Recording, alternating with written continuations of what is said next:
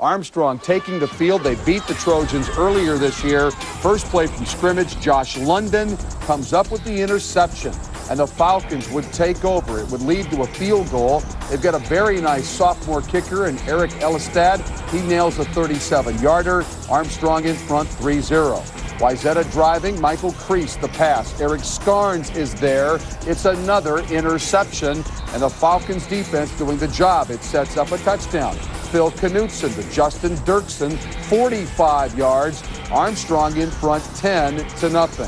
Third quarter now. Quinn Hendel will take it in from a yard out. Wayzata gets on the board, down 10-7. Still in the third, Jason Potts, the running back for Armstrong, breaks a couple of tackles. Look out. 52 yards for the touchdown. Armstrong in front 17-7. Fourth quarter, Wayzata coming back with a fumble the football, and Armstrong would recover.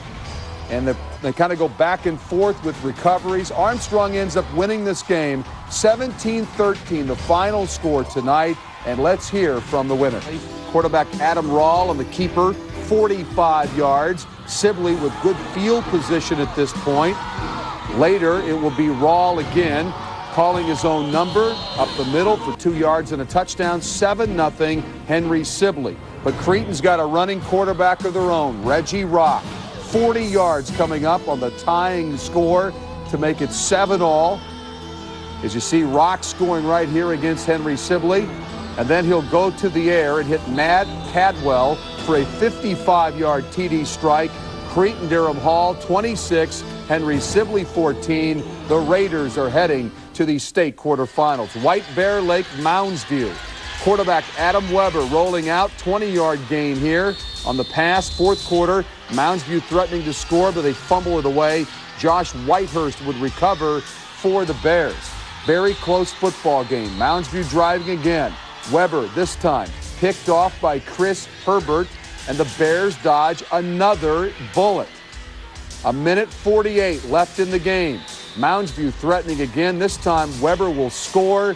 They win 14-13 to advance to the state quarterfinals. Finding room for the 20-yard gain for Stillwater. Well, they don't hang on for long. They would fumble the football away a little bit later. Hastings linebacker Kevin Lahr would recover. And we're going the other way with the football. It would set up a touchdown. Jared Stewart is the freshman running back. He's gone 70 yards for the touchdown. Hastings 27-21 over Stillwater tonight to advance to the state quarterfinals. Early in the game, Dan Reed for Chisago gone. Long touchdown run. This one covering 58 yards. Wildcats would take the lead early, 7-0. But Totino Grace would come back. Charles Quigley scores on a touchdown run to make it 7-7. You'll see the run right here. He's the fullback. Takes it up the middle for the score. Then a little bit later, Jay Story, their quarterback, will heave it downfield to John Retka. He'll make a big catch. It would lead to a touchdown to make it 14-7. Nice play here. It was 21-7 when John Osmond scores here inside number 6. Watch him leap and go. 47-13, Totino winning tonight. Mascots are ready for this one. Third quarter, Nathan Swift with the hard run goes up and over for the first down. That would lead to a touchdown. Tony Mortensen on the QB sneak. Hutchinson winning tonight, 28-9, the final score at Orono. At Benilde-St. Margaret's, first ever home section final game in football. Minneapolis North, Charles Foote, number 26. Nice run, sets up a short touchdown. 6-0 Polars. Benilde comes back. Shane Fox, inside handoff, gone for the touchdown. They actually led this game 7-6, but Jermaine Jennings with 187 yards on the ground. 8-yard touchdown run here. 40-19 North, a winner. Here we go, first quarter. Vinny Fleury on the end around. He's gone. 95 yards for the touchdown. Lakeville in front, 7-0. What a play. But Lakeville has so many offensive weapons, huh? Eden Prairie comes right back. It's a touchdown by Andrew Phillips, game tied 7-all. Later, Lakeville back to punt. Watch this. Chris Berryman will take it at his own 28-yard line. There's a wall that will form along the side, and he's gone. 72 yards for the score at the half. Eden Prairie in front, 14-7. Lakeville comes out strong second half. Josh Lucas to Vinnie Fleury. 8-yard touchdown, and the game is tied at 14. After an Eden Prairie fumble, Lucas finds who else? Vinnie Fleury. 5 catches, 54 yards, 2 receiving touchdowns, and of course the reverse, 3 scores on the night. Lakeville driving again. Lucas to Ryan Rasmussen. Takes it down the middle of the field to the 4-yard line, and it would set up a Lakeville touchdown. Briley Callender, 25 carries, 159 yards, and this score, 28-14 Lakeville. Eden Prairie trying to come back. Jordan Thalberg is there for the interception. See you later. It's a touchdown. The Lakeville Panthers beat Eden Prairie for the second time this season, and this time it means a lot because they're going to the state semifinals, 35-14 final. Let's hear from the winners. Well, it's Eden Prairie. It's always a great feeling, and just feels good knowing that our last time, all our seniors last time playing on our field, we beat Eden Prairie. It feels good. The emotions were high. We had a lot of turnovers, but that showed how we can come back from adversity. So it was great for us, great team bonding. We got good team chemistry, so we stuck together pretty well. Mounds view, first quarter, Michael Duncombe ripping off a 14-yard run, but nothing comes of the possession. Hastings quarterback Scott Kelly back to pass. Mike Odom has had one sensational season at safety, his 11th interception of the year for Mounds View. 4th and 4. Mounds View goes for it. Kevin Lauer for Hastings, number 32. Big hit, big stop. This game goes to overtime. Hastings wins it 28-27 to advance to the state semifinals. Blaine's Bengals, undefeated, looking to defend the home turf against decided underdog, the Moorhead Spuds. Blaine sets the tone in the first quarter. Ryan Parsons on the keeper, and he breaks free. 30 yards later, the home team has the 6-0 lead. But before the half, Moorhead gets it back. Josh Karsh from a yard out. They say he's in, and we're square at 6 at halftime. Third quarter, Blaine senior Ryan Parsons strikes again. His 12-yard touchdown run gives the Bengals the 13-6 lead, and the crowd is fired up. Blaine gets another break when Brian Hansen recovers the Moorhead fumble, and moments later they would capitalize. Parsons, for the 3rd time on the night, is the ball carrier who takes it to pay dirt. This time he breaks it for 55 yards, and Blaine takes the comfortable 21-6 lead. Moorhead comes back, though. First, Nolan Oliver racing 28 yards to cut the lead to 8. Then with 19 seconds left in the ball game, on 4th down, Brett Barta finds Justin Zander. It's a touchdown, and Moorhead is still alive. They get the conversion when Brett Barta to Corey Hansen, 20-20, and this game goes to overtime. In overtime, Steve Moore puts Blaine up by 7, but Moorhead gets one last crack. Josh Karch is in the end zone, and Moorhead is down by just 1. Corey Johnson in from 1.5 yards out, and Moorhead pulls off the improbable upset, handing Blaine the 28-27 loss. Definitely the biggest one.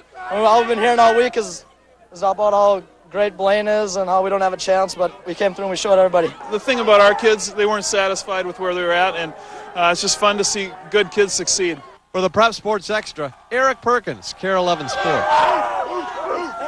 Game at Blaine, another great football game in St. Paul. Creighton and Armstrong. Michael Wright, touchdown, and the Raiders up 13-7. They missed the extra point. Armstrong comes back. Everett Pettisclaw, number 84. There's the missed extra point. Pettisclaw, number 84. He's 6'6". Big run here. It would set up a touchdown. Knutson to Brian Roth, 14 yards. Final score, 14-13. Armstrong, a winner tonight over Cretin-Derham Hall. And here we go. Totino runs away with this one early. Jake Sweet finds room outside, scores from 35 out. Grace leading 31-0 at this point. Later, John Osmond will bust loose on a 40-yard TD run. They are off and running at 38-0. They've got a great linebacker in David Hildebrand, number 47. Watch the sack, 51-20. Hutch against North at Roosevelt. Tony Mortensen, the Gopher recruit, rolling, keeps it, 10 yards, big hit. Sets up a Nathan Swift 3-yard touchdown. Hutch in front, 6-0. On their next possession, it's Swift again. This is the guy that's going to Nebraska on a full-ride scholarship. He's 6'3", about 190. He's gone. 70 yards for the touchdown. Hutch in front, 12-0. North would fight their way back. Lamont McGee into the end zone from a yard out. Score makes it 12-6. But then Swift gets it again. Scores from 3 yards out, 56-28. Hutchinson, a winner over North. Class 2A highlights tonight in Olivia, Minnesota. Bold hosting Breck. Liam O'Hagan, Brandon Robinson, 35-yard touchdown, 7-0 Breck. Robinson also kicked the field goal to make it 10-zip. He does it all for the Mustangs. They win tonight, 23-7, to advance to the state semifinals. To the Metrodome tonight, Briley Callender. Nice 19-yard gain against the Falcons. It would set up a touchdown. Callender from 4 yards out, 7-0 Lakeville. Armstrong has a pretty good running back themselves. His name, Jason Potts. Nice 23-yard run on the reverse against the Panther defense. Later, Armstrong would get in the end zone. Phil Knutson, the quarterback, from 7 yards out. 10-7 Lakeville at the half. Good football game. Second half, Lakeville goes to work. Joe Newgren will get in for the touchdown. They lead 17-7 in the third quarter. But back would come Armstrong.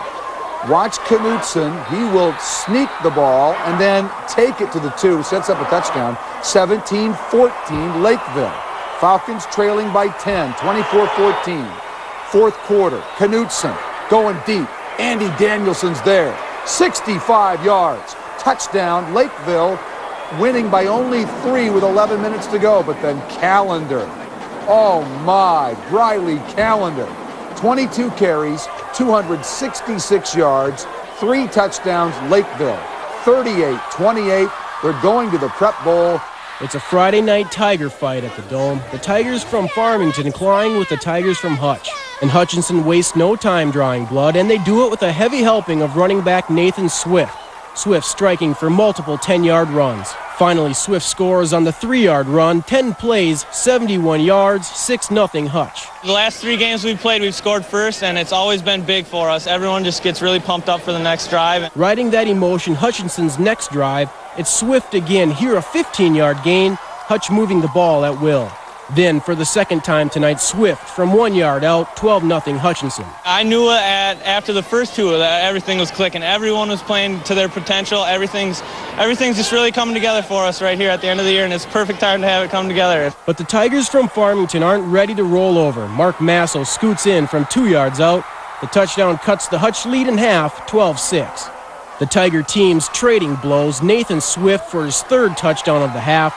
25 carries, 143 yards, and the Hutch lead of 20-6. But Farmington continues to claw. Preston St. John to Matt Simon, 4 yards, and it's 20-12 at the half. When the 2 teams return, it's Farmington ripping up the rug. Kevin Kratz breaks free for 53 yards. Farmington now within striking distance, 20-18 Hutchinson. But when Hutch needs a play, there's only one place to go. Quarterback Tony Mortensen to Nathan Swift on the perfectly executed screenplay, 26 yards for the score. Then later it's Swift from 2 yards. He scores 5 touchdowns on 47 carries, running for 219 yards. We learned a while ago, you just keep giving it to Nathan and let him make plays. And normally don't show 2-point conversions, but when they're like this we do. Swift stuffed, but he finds quarterback Tony Mortensen and alertly pitches. Swift does everything on the offensive side of the ball. Farmington running out of options. They opt for the air attack. And guess who's there? Nathan Swift snatches the pass, sealing the Hutchinson win 34-18. I think this is one of my most complete games and our team's most complete games, because everyone was playing perfect and we all just really clicked tonight. It was perfect. Yes, it's the battle for a trip to the championship game, but more importantly, it's the battle for the Wright County Conference. Glencoe-Silver Lake against the Becker Bulldogs. Is Glencoe-Silver Lake a rival? Rival, yes, definitely. I'd say we're probably more than a rival. Every sport, not even, probably football's the most, but every sport we go at it with Glencoe. Yeah, and coming from Rainbow Head, that's saying something. Yes, it is. I don't know a lot, but I can say that for sure. It's Rainbow Head's favorite team, Becker, on the move in the second quarter. Tyler Hart finding Shane Potter. This is good for a 42-yard gain, and the Bulldogs are in business. Moments later, it's quarterback Tyler Hart putting Becker up 6-3 with the touchdown plunge. GSL marching before the end of the half. Nick Johnson to Tim Olmstead, and the black and purple are threatening. Shortly after, Johnson takes it to the air again, but this time Terry Ferber is there with the interception, and Becker is up 6-3 at halftime. In the third quarter, though, Glencoe-Silver Lake takes the lead for good. Jeremy Mikulicek, the 260-pound fullback, bulls through the defense, and he is not going to be denied end zone. 22 yards, and GSL is up 10-6. Don't count out Rainbow Head's favorite team, though. They get one last crack at glory, but Mitch Lang is ready. His pick seals the deal and sends Glencoe-Silver Lake to the state championship again this year. They finished runner-ups last year. Starting Class 5A, where Hastings trails Moorhead 6-0 in the first until Scott Kelly connects with Joel Molitor. That ties it. The extra point misses. And at last report, this ballgame was tied 6-6 in the third quarter. Totino Grace throws their way into the 4A final by socking at the Sauk Rapids Rice. Sophomore back Charles Quigley rushes for 120 yards and scores twice. The Eagles advance to the Prep Bowl 35-zip. In 3A, Crookston is overcome by Nate Triplett and the Delano Tigers. Triplett rushes for 2 scores, catches an 80-yard touchdown pass, and intercepts a pass in the end zone in a 28-13 Delano win. Breck playing Piers in a Class 2A, where it's Liam O'Hagan throwing for 406 yards and 4 touchdown passes. 3 go to TJ Field, and Breck breezes in the 2A final, 47-13 over Piers.